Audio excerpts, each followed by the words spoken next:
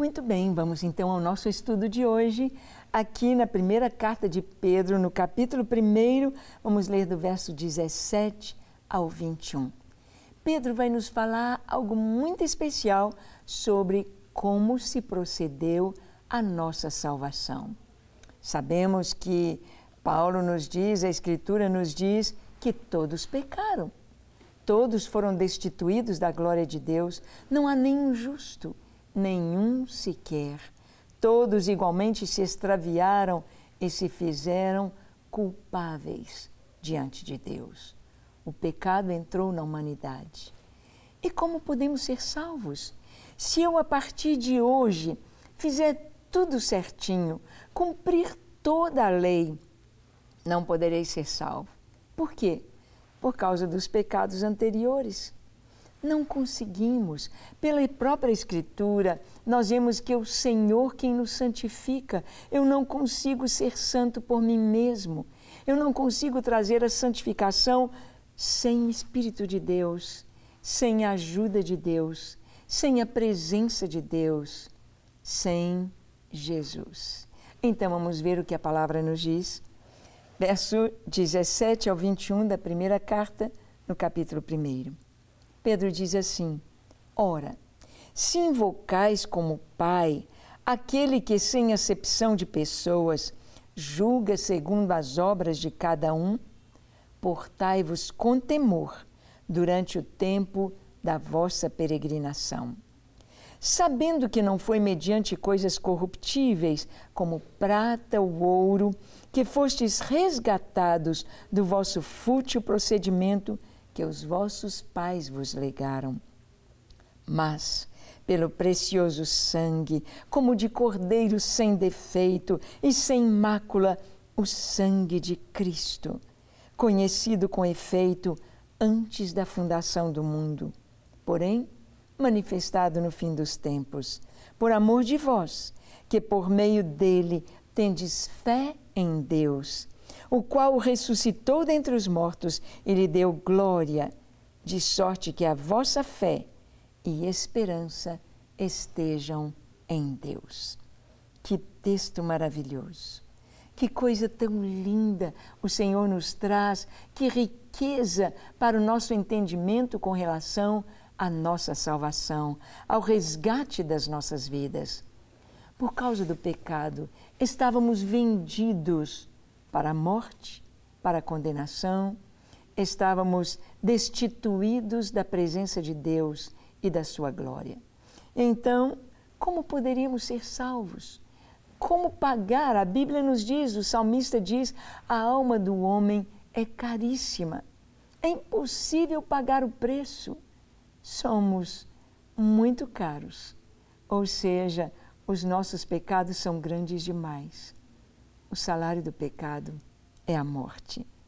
Então Pedro está dizendo, olha, nós que fomos salvos por Cristo, ora se invocais por Pai, aquele que sem exceção de pessoas julga segundo a obra de cada um, portai-vos com temor durante o tempo da vossa peregrinação. Pedro traz um alerta para cada cristão. Ele diz, se você é um cristão, se você chama Deus de Pai, se você busca Deus, então cuide de andar em santidade durante o tempo da sua vida. Nossa vida é tão passageira, é tão rápida, os dias voam, as horas voam. É importante que a gente viva cada minuto para a glória do Senhor, que a gente viva cada momento na presença do Senhor, com a mente, o coração limpos. Como assim?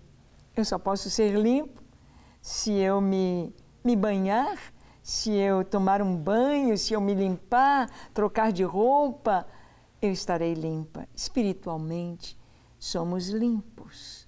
Como? Lavando o coração no sangue do Cordeiro. Recebendo a obra da cruz. É isso que Pedro vai dizer aqui a seguir.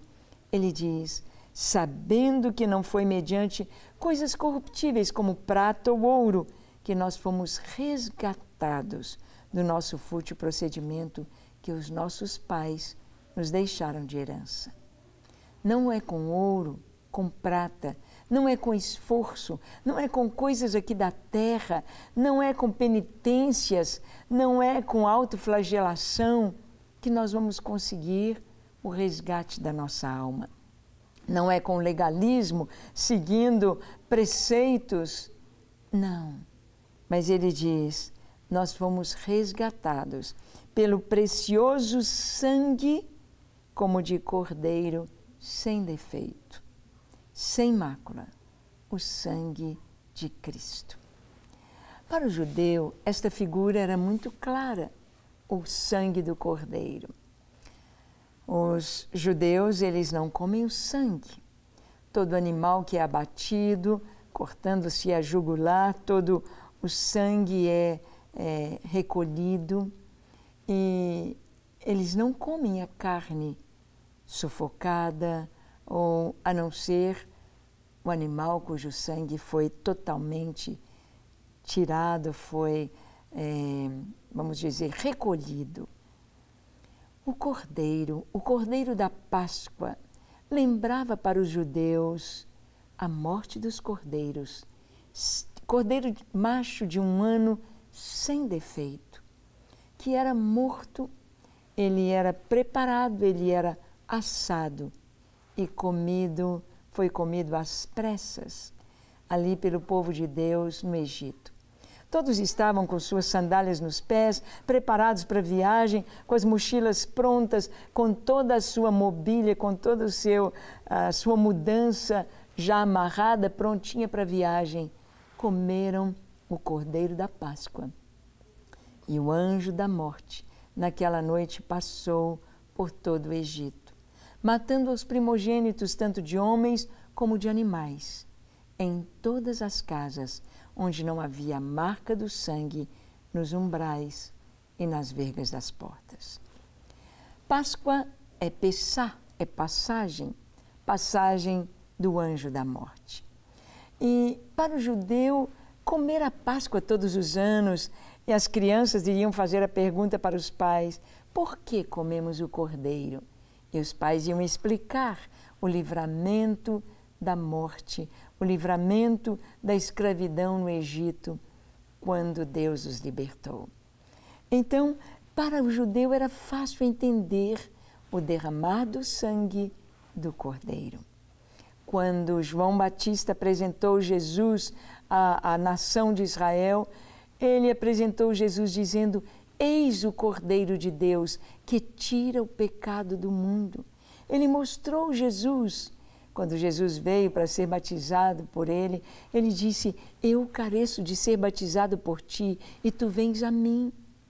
João reconheceu em Jesus o Cordeiro de Deus que traria a libertação, o perdão do pecado da humanidade. Pedro aqui está falando exatamente isso, que eu e você não fomos resgatados por ouro ou prata, por esforço, por coisas que fizéssemos, mas pelo precioso sangue do Cordeiro. Cordeiro sem mácula, conhecido com efeito antes da fundação do mundo, antes de Deus fazer Adão e Eva, antes do pecado de Adão e Eva, antes de Deus trazer para Adão e Eva a palavra de que se comessem daquele fruto, morreriam. Antes de Deus vestir Adão e Eva com roupas de peles de animais sacrificados. Antes disso, Deus já havia combinado, podemos dizer, Deus já havia tido a reunião com a Trindade para a salvação do ser humano, para trazer o homem aos céus, para trazer o homem a esta comunhão com Ele, para sermos filhos de Deus. Isto é alto demais, isto é grande demais para a nossa mente humana. É tremendamente maravilhoso. Deus já havia planejado a vinda de Jesus, a humanidade de Jesus, a encarnação de Jesus e a sua morte na cruz pelo homem. Nós fomos comprados pelo mais alto preço. É como se ali na cruz Judas vendeu Jesus por 30 moedas de prata. 30 moedas era o preço de uma escrava no mercado. Nem era o homem, era a mulher que era mais barata. Era o preço de uma escrava no mercado de escravos. 30 moedas de prata. Foi o preço que Judas vendeu Jesus. Mas quanto valia Jesus? Mais do que 30 moedas? Mais do que todo o ouro do mundo? Mais do que toda a prata do mundo? Quanto vale Jesus? Ele vale mais que o mundo inteiro. Na verdade, eu valho 30 moedas de prata. Você vale 30 moedas de prata, mas Jesus valia mais que o mundo inteiro. Ali na cruz, Jesus trocou as etiquetas de preço. Ele ficou valendo 30 moedas. E eu e você ficamos valendo mais do que o mundo inteiro. Por isso, uma alma vale mais que o mundo inteiro, porque nós custamos o preço da morte de Jesus, do Cordeiro de Deus, ali na cruz do Calvário. Por isso, nós valemos mais que o mundo inteiro. E Pedro diz que por amor de nós, ele foi, e por meio dele nós temos a fé em Deus, que ressuscitou a Jesus dentre os mortos e lhe deu glória. Jesus não está mais pendurado numa cruz.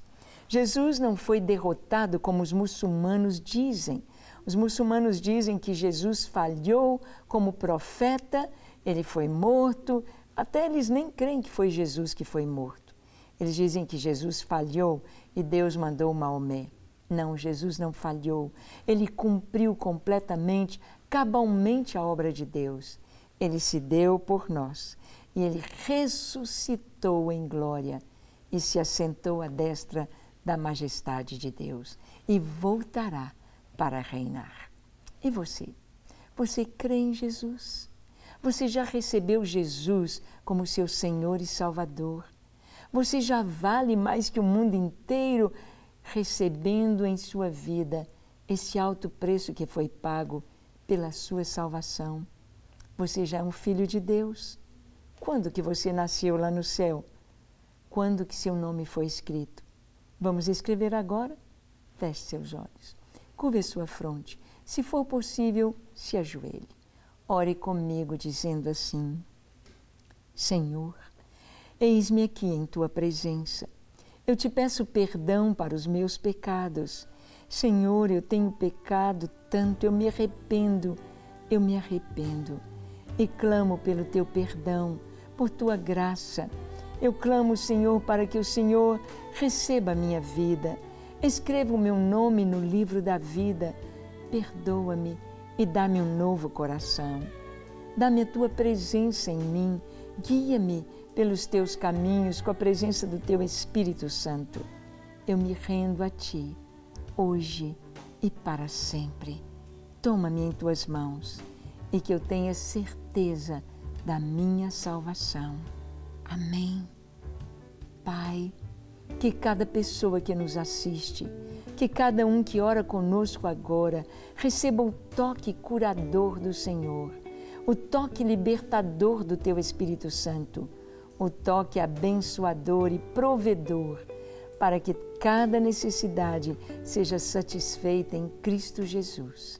Abençoamos cada lar onde chega este programa, em nome de Jesus. Amém, amém e amém. Não quer ficar um segundo por fora da nossa programação? Agora você pode nos acompanhar através das plataformas digitais. Queridos amigos e amigas, preciosos irmãos e irmãs, não perca tempo. Acesse, curta e siga-nos. Fique por dentro de tudo o que acontece aqui. Rede Super, inspirando você.